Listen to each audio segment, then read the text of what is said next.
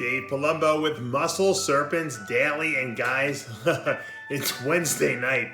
I didn't even get into my snake room. Actually, I fed all day today, and I just didn't have a chance to do the video that I wanted because the snakes were all fed, and I didn't want to bother them. So I figured I was going to talk to you about a topic, do a little Dave rant, talk a little bit about a topic that a lot of people find very controversial in the reptile world, and that's cutting eggs. Now, when I first started getting into the reptile world, I used to watch Jay over at Prehistoric Pets cut those big retic eggs, right? Stick his finger in, scoop out the babies, and cut a huge hole in the top.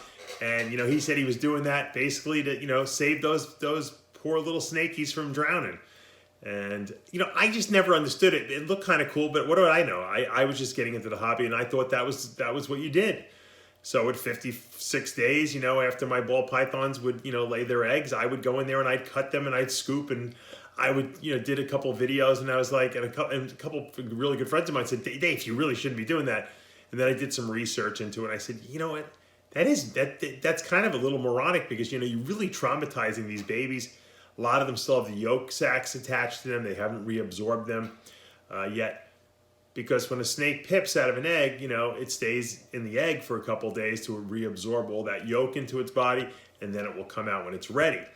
So, as far as cutting an egg, a huge big gaping circle in the top of it, so that this thing, so you can look and see what you got. It's kind of like, opening a Christmas present before Christmas, I was always the guy who liked to wait to Christmas. I always wanted to be the person who was surprised, on Christmas Day, go down there and open up those gifts. I never had to really, sneak. My sister was one of those people that had to open it up like 3 or 4 days early. And there's just really no benefit from it.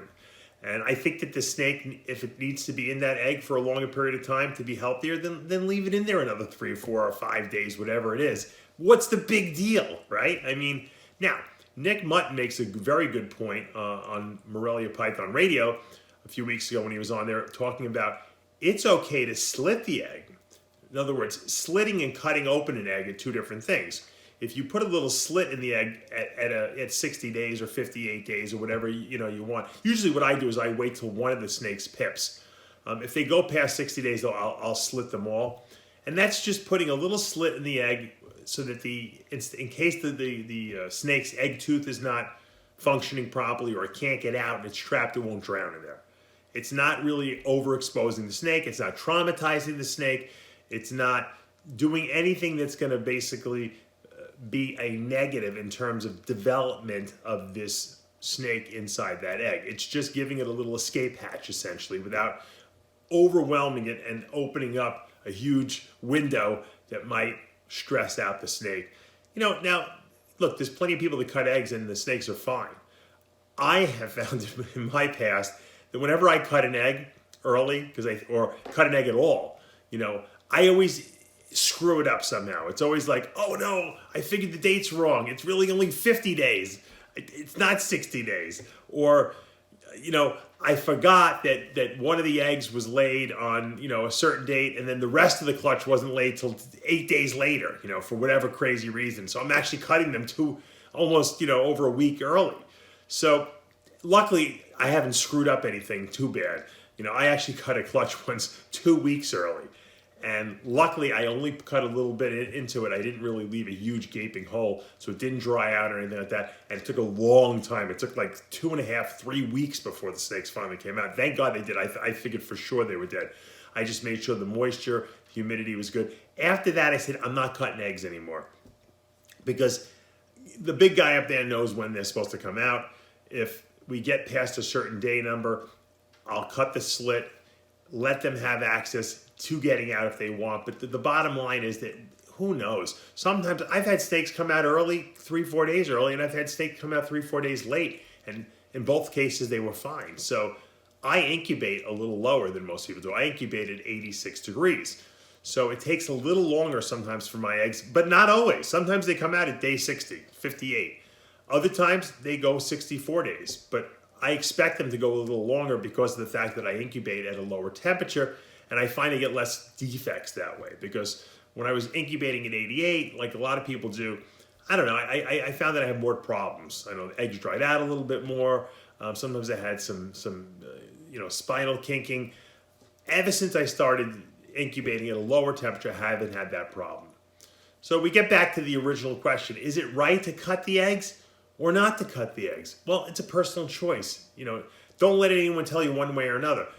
I personally think after evaluation of doing this for the last 5 years and talking to people and seeing what's going on out there, a lot of this stuff are stunts done for YouTube to attract people. But to be honest with you, I'd rather show you the snakes after they hatch out of the eggs, in the egg box. I don't need to cut open the egg early, to have any kind of amusement. And I certainly don't need to do it to get more hits on YouTube.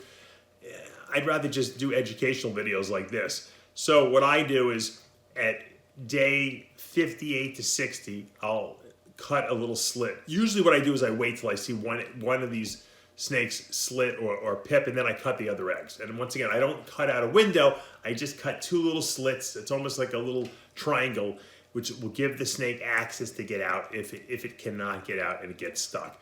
99% of the time, they don't get stuck in the egg. But you know what? Who needs that one super clutch that you've been waiting for 5 years you've been trying to produce that, that the snake drowns in the egg because it can't get out of the egg? That's just silly. So 58, 60 days in after they're laid, I slit, and then I just let Mother Nature do what it wants. If they come out, they come out. If they don't, it usually means they're dead already. Not because of the fact that they couldn't get out. They're dead because there's something wrong with the snake. Usually it's, I see it deformed or king spine. I just recently had a whole clutch of all eyeless snakes. No eyes. They don't even have the eye sockets where it was all sunken in. I have no idea. I'm going to show you guys probably tomorrow what the pairing was. It was nothing that you would think of as lethal. Both the male and the female had bred before to with other snakes. No problems whatsoever. It was the weirdest clutch. The clutch was in the same incubator with all the other eggs where I didn't have any other problems.